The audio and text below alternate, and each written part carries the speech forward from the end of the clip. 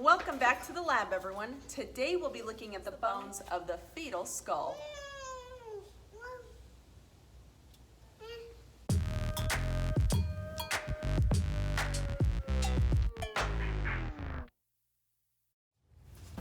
Here I have a model of a fetal skull, and fetal skulls differ from our skulls in a couple different ways.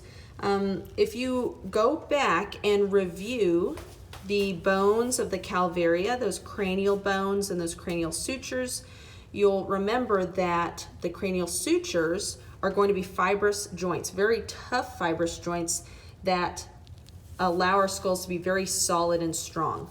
Well, baby skulls are not like that, and thank goodness for anyone out there who has had a vaginal birth. You know what I'm talking about. It's a good thing that these little tiny heads are nice and squishy. In addition to that, babies' heads grow at immense rates their first couple of years of life, so we need them to have these structures that allow for all those changes. Those structures that I'm referring to are called fontanelles, or soft spots. So let's go over what they are. We have 6 of them. This is the right sphenoidal.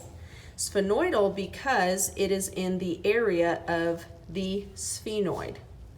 This one right here is the right mastoidal because that's near the mastoid process. So that makes this the left sphenoidal, the left mastoidal. Remember, your lefts and rights, uber important.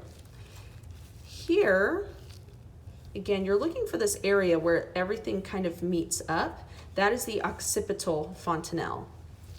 And then the largest one is the anterior or frontal fontanelle, and it's more superior than what students think, and reasonably so, because when you hear frontal, you're thinking right up here, but it's actually more on the superior part of their little heads. Pediatricians will check their skulls as your little ones grow to kind of evaluate the size and make sure that these are closing at appropriate rates.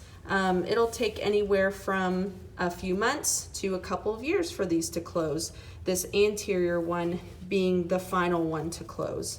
So hopefully that helps you understand the differences between little ones' skulls, our skulls, and those fetal fontanelles. Thank you so much for checking out this video. Don't forget to hit like, subscribe, hit that little bell icon so you don't miss any new content I release. And as always, check out my Instagram page @TheAnatomyGal for nerdy goodness. I'll see you next time.